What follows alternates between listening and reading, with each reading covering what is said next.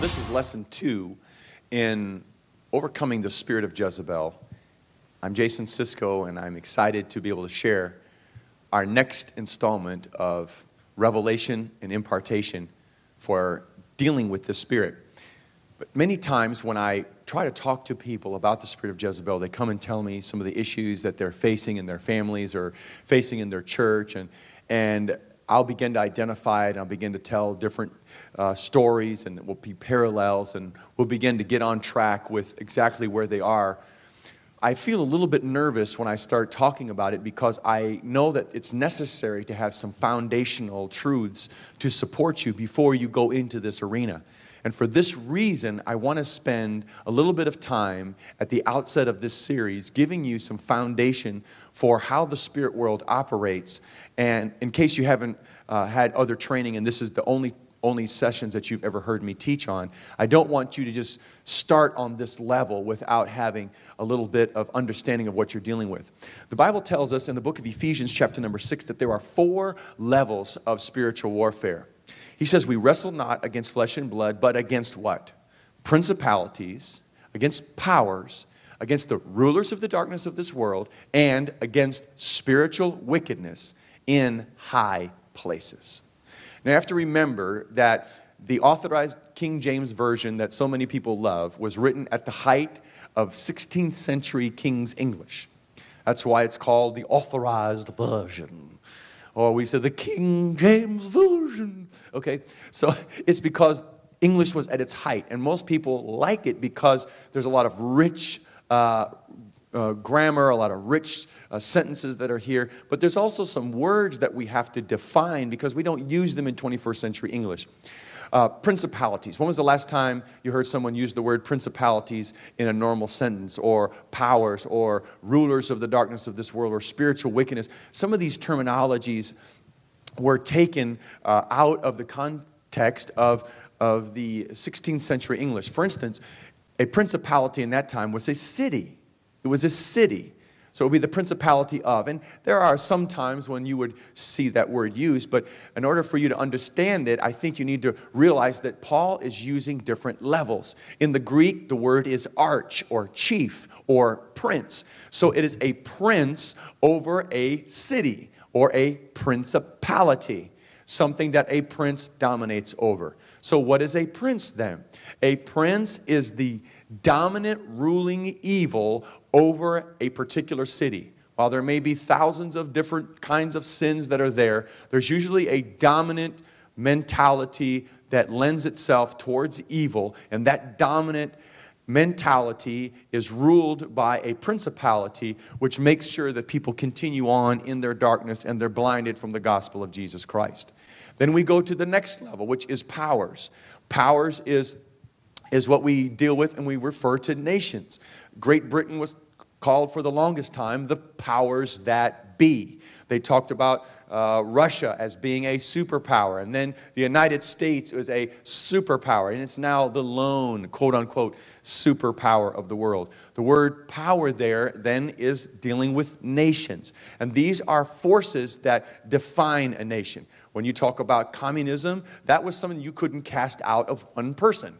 I'm going to come and cast out the spirit of communism out of you. No, you have to overthrow the government, which puts that communistic philosophy in place and dominates an entire society by that mentality. So these are powers. There are things inside of every nation which govern those nations, and we have to pray about in order to get the gospel into those countries. And then the third level is rulers of the darkness of this world. Now these are in the hierarchy of Satan. These are not bound inside of nationalistic boundaries. Like, for instance, communism is inside the territory where there are communists, but outside of it, it's what they call the free world.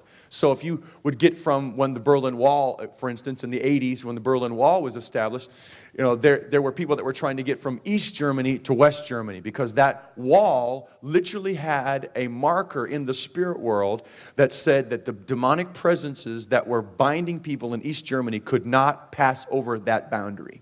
When you get into the realm of the rulers of the darkness of this world, these are spirits that are globalizing the world. These are globalized networks of people that work in many nations. Many times it deals with businesses, deals with nonprofit organizations, it deals with government strategies, it deals with world councils, world banks, and you get the idea, get the picture. The United Nations is operating inside of this kind of a concept. And then there are also secret societies that are global, and the internet is global, and so it can reach around the world. And there are spirits that work in that arena of the rulers of the darkness of this world.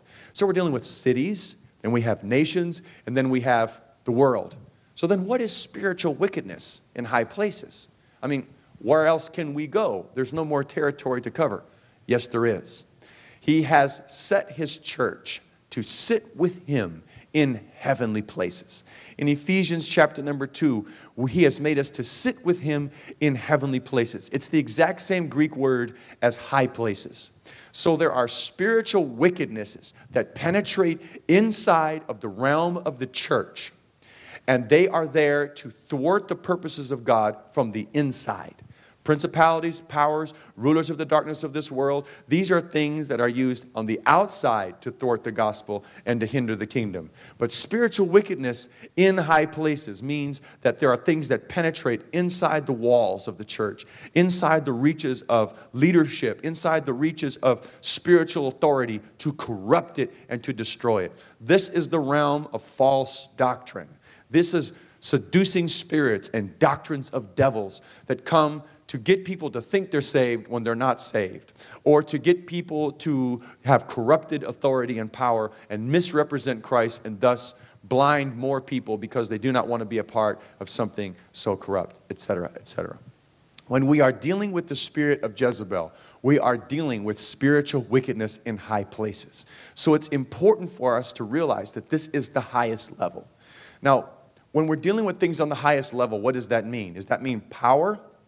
Yes, but even more than that, it's deception.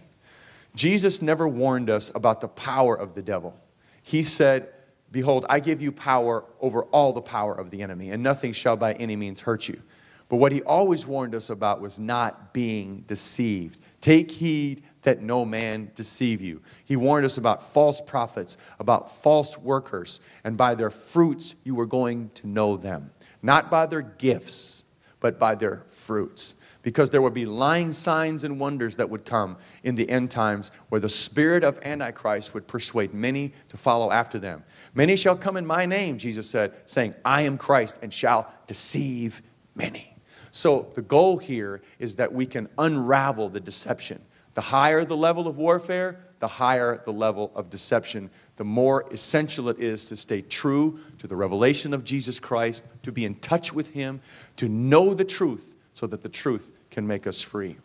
Now let's get ready to go to our next lesson where we can have some more powerful truth that will give us that equipment that is necessary to not only bring deliverance and freedom to ourselves, but to everyone that is around us. Next, we're going to talk about how Jezebel gains her power.